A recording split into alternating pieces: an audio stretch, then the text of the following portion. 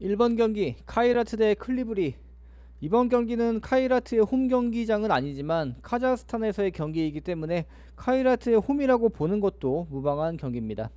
전력상 클리브리가 압도적 우위에 있고 전체적인 경기력을 봤을 때 카이라트의 이변을 보는 것은 무리가 있어 보일 수 있습니다. 경험치로만 봤을 때도 클리브리가 한 수 더 위라고 볼 수 있고 전반적으로 유럽 대항전 경기들에서 카이라트보다 더 안정적인 경기력을 보여주고 있습니다. 또 카이라트가 최근 경기들에서 결정력에서의 한계를 보여주면서 지난 3경기에서 승리를 챙기지 못하는 점을 고려해 봤을 때 정배당인 클리브리의 승리로 가는 게 안정적입니다. 다만 클리브리가 득점력에서 우위를 점하긴 하지만 지난 5경기에서 무려 11골을 실점을 하면서 압도적으로 높은 실점률을 보이면서 수비에서의 집중력이 굉장히 떨어져 있습니다. 어떻게 보면 실점률이 카이라트보다 클리브리가 더 높다고 볼 수 있기 때문에 카이라트가 홈 이점을 등에 업고 세트피스에서의 득점이나 세컨볼을 통한 득점 또 역습 상황에서 충분히 이변을 만들 수 있어 보입니다. 때문에 저는 이번 경기에서 카이라트의 패배를 인정하고 가겠지만 승리 이변까지 챙겨가 보도록 하겠습니다. 이번 경기 보데글림 대 맨시티. 맨시티가 주도권을 쥐고 경기를 할 것이고 경험, 전력, 경기력 모든 면에서 압도적 우위를 점하기 때문에 현재 86%까지 투표율이 몰리고 있습니다.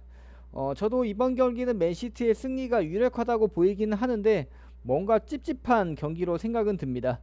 맨시티가 직접 맨유와의 경기에서 패배를 하면서 이번 경기에서 분풀이를 충분히 할 수 있는 경기이긴 한데 보데글림도 자국리그 홈에서는 상당히 강한 모습을 보여주기 때문에 100% 맨시티가 승리지 라는 거는 당연해 보이진 않습니다.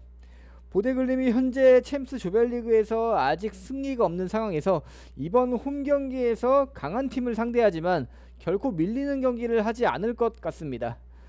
수비 조직력도 굉장히 좋은 팀이고 단순히 맨시티의 지난 상대인 맨유와 보데글림을 비교했을 때 홈 공격력이 결코 뒤처지지 않는다 라고 판단이 되고 맨시티는 지난 경기에서 패배를 경험했고 이번 챔스 경기에서는 그 패배를 만회를 해야 하고 분풀이도 해야 하고 어쩌면 더 간절한 상황은 맨시티이기 때문에 그 흐름에서 나올 수 있는 허점을 보데글림이 충분히 홈에서 뚫어낼 수 있다 이렇게 판단을 해보면서 저는 이번 경기에서 과감하게 홈팀 보데글림의 승리로 꺾어보도록 하겠습니다. 3번 경기 인테르 대 아스날. 인테르가 홈 이점을 가져가는 경기이지만 대등한 점유율을 나누면서 팽팽한 경기를 치룰 두 팀입니다. 이번 경기에서 인테르는 중원을 단단히 하면서 안정적인 빌드업을 유지할 것 같아 보입니다. 수비를 뒤로 내릴 가능성은 크고 그 안전성에서 카운터를 한 방씩 노리는 플레이를 할 것으로 예상이 됩니다. 아스날은 점유율을 높이려고 할 가능성이 크고 강한 전방 압박과 빠른 공수전환 또 측면 공격을 통한 번뜩이는 움직임으로 인테르의 골문을 노릴 가능성이 큽니다. 어쩌면 이번 경기 저득점의 양상도 보이긴 하고 득점보다는 좀 패배하지 않는 경기를 할 것으로 보이는 두 팀입니다. 두 팀이 좀 압도적인 전력을 갖춘 만큼 치고받는 난타전을 하면서 많은 득점 찬스도 나올 수도 있겠지만 한 경기만 미끄러져도 순위 변동이 큰 상황이고 두 팀 4번의 맞대결을 해서 2승 2패를 나란히 기록한 점을 고려해 봤을 때 이번 경기는 무승부를 한번 노려봐도 괜찮다고 생각이 되기 때문에 저는 이번 경기에서 단통 무승부로 승부를 보도록 하겠습니다. 6번 경기 스포르팅 대 PSG. 전력상 PSG가 우위를 점하고 있고 단순 이름값으로만 판단이 돼서 지금 PSG 쪽으로 75% 이상 투표율이 몰리고 있다고 생각이 되고 경기력으로만 봤을 때 스포르팅이 지금 11.2%의 투표율은 조금 아닌 것 같습니다. 리그에서의 수준 차이는 조금 있긴 하지만 최근 스포르팅이 챔스 조별리그에서도 준수한 경기력을 보여주고 있고 리그에서는 거의 매경기 골을 기록하면서 압도적인 득점력을 보여주기 때문에 이번 홈경기에서 PSG의 수비를 뚫지 못할 것 같진 않습니다.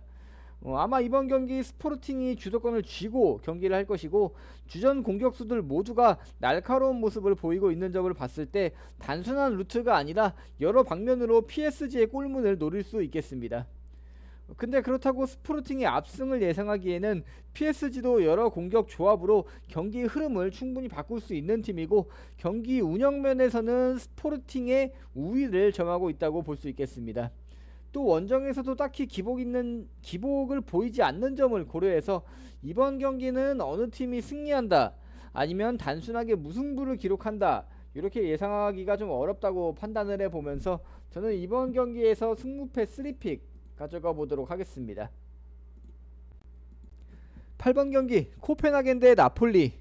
코펜하겐이 홈 이점을 등에 업고 이번 경기에서 주도권을 쥘 가능성은 있습니다. 또 최근 경기들에서 많은 골을 넣으면서 득점률이 크게 올라와 있기 때문에 득점을 할 가능성도 배제할 수 없습니다. 하지만 전력상 나폴리가 압도적 우위를 점하고 있고, 단순하게 최근 보여주는 경기 운영을 봤을 때 코펜하겐이 승리를 하기에는 다소 무리는 있어 보입니다. 나폴리가 안정적인 수비 운영을 하면서 코펜하겐의 골문을 지속해서 노릴 것이고, 경기 템포를 조율하면서 심리적인 압박에서도 승리를 가져올 수 있는 나폴리입니다. 다만 코펜하겐이 수비에서의 허점을 노출하면서 실점이 크게 늘어나고 있다고는 해도 최근 나폴리가 득점력이 크게 떨어지면서 지난 두 경기에서는 단 한 골밖에 기록하지 못하고 있기 때문에 치고받는 난타전을 해도 득점이 아예 안 터질 가능성도 있는 경기입니다. 득점력은 준수한 반면에 수비의 허점을 보이는 코펜하겐, 또 수비에서의 높은 집중력을 보이지만 득점력에서의 한계를 보이고 있는 나폴리, 이렇게 간단하게 생각을 해서 픽을 해보도록 하겠습니다. 저는 이번 경기에서 단통 무승부 가져가 보도록 하겠습니다. 9번 경기 갈라타사라이 대 아틀레티코 마드리드. 리그에서의 수준 차이는 있지만 어쩌면 전력에서는 팽팽해 보이는 두 팀의 경기입니다. 이번 경기 갈라타사라이가 홈이점을 가져가는 경기이기 때문에 점유율을 더 가져갈 수 있겠지만 최근 흐름은 좋지 못합니다. 지난 홈 두 경기에서 승리를 기록하지 못하고 있고, 좋은 공격 전력과 여러 공격 루트를 가지고 있지만 기복이 있다는 점을 무시할 수 없겠습니다. 아마 이번 경기 아틀레티코가 더 안정적인 경기 운영을 할 것으로 보여지고, 많은 득점이 터지진 않겠지만 한 골 차이라도 아틀레티코가 승리할 가능성은 더 높아 보입니다. 또 최근 경기들에서 홈보다는 원정에서 더 안정적인 경기력을 보여주는 아틀레티코이고, 최근 챔스에서도 좋은 성적을 유지하고 있기 때문에 원정이라고 해도 어느 정도는 인정을 하고 봐야 될 경기 같습니다. 이번 경기 아틀레티코가 중원에서부터 점유율을 높이면서 안정적인 운영과 측면 공격보다는 빠른 공수 전환으로 갈라타사라이의 좁은 수비 공간을 뚫고 확실한 한방을 보여줄 것이다, 이렇게 판단을 해보면서 홈팀 갈라타사라이의 패배 인정하고 가보도록 하겠습니다. 10번 경기 카라바흐 대 프랑크푸르트. 현재 프랑크푸르트의 승리로 44% 이상 투표율이 몰리고 있는데, 단순 이름값만 봤을 때의 결과 같습니다. 최근 보여주는 경기력은 카라바흐가 더 좋아 보이고, 이번 경기는 홈 이점을 가져가는 경기이기 때문에 주도권을 카라바흐가 쥐고 경기를 할 것으로 보입니다. 또 홈에서는 경기력이 더 좋고 아마 빠른 공격 템포로 득점 찬스를 만들 것이고, 세트피스에서의 골도 기대해 볼 수 있겠습니다. 프랑크푸르트는 강한 전방 압박과 세트피스에서의 골 찬스를 노리겠지만 최근 경기력에서 많은 실점을 기록하면서 수비 조직력이 무너지고 있고 집중력이 높지 않아 보이기 때문에 이번 경기에서도 많은 실점을 기록할 수 있겠습니다. 또 원정에서는 압도적으로 실점률이 늘어나는 프랑크푸르트이고, 전력에서도 딱히 우위를 보인다고 볼 수 없는 상황이기 때문에 원정팀 프랑크푸르트의 승리를 찍기에는 무리가 있어 보이는 경기입니다. 근데 그렇다고 카라바흐의 압도적 승리를 예상하기에는 카라바흐가 유럽 대항전에서는 분명 기복을 보이고 있고 실점률에서는 큰 차이는 보이지 않기 때문에 저는 이번 경기 카라바흐의 승리를 가져가면서 무승부까지는 받쳐서 가보도록 하겠습니다. 11번 경기 아탈란타 대 빌바오. 아탈란타는 최근 4경기에서 패배하지 않으면서 준수한 경기력을 보여주고 있습니다. 수비 조직력을 강화하면서 실점률을 굉장히 줄이면서 안정적인 경기 운영을 하고 있고, 홈에서는 강팀들에게 승리를 기록하면서 더 나은 경기력을 보여주기 때문에 이번 경기 승리를 기대해 볼 수 있겠습니다.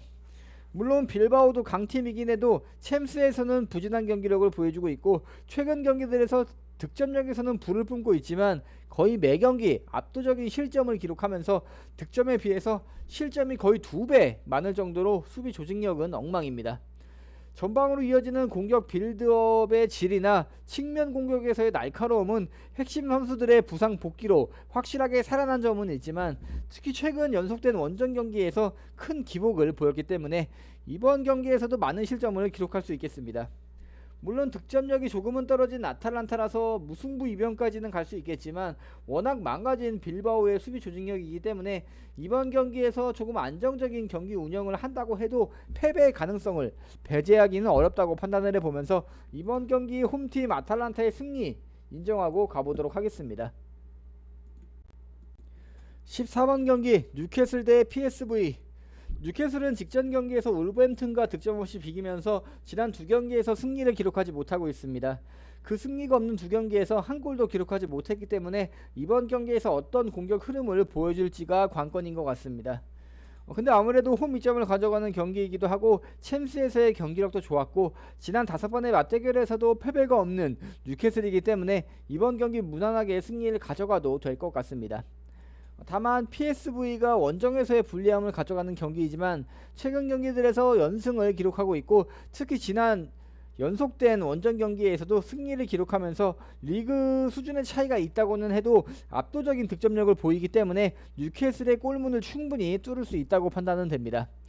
이번 경기 두 팀 난타전이 예상되는데 한 골 차이의 승리보다는 어느 한 팀의 2골 차 이상의 승리를 기대해 볼 수 있는 경기입니다. 뉴캐슬은 홈 이점을 가져가면서 3선에서부터 공격 템포를 올리면서 묵직한 경기 운영을 하겠지만 PSV는 빠른 공격과 유동적인 측면 공격을 통해서 전방에서도 강한 압박을 할 것으로 보입니다. 저는 이번 경기 무승부보다는 어느 한 팀의 승리를 예측을 해보면서 홈팀 뉴캐슬의 승리와 패배 둘 다 가져가 보도록 하겠습니다.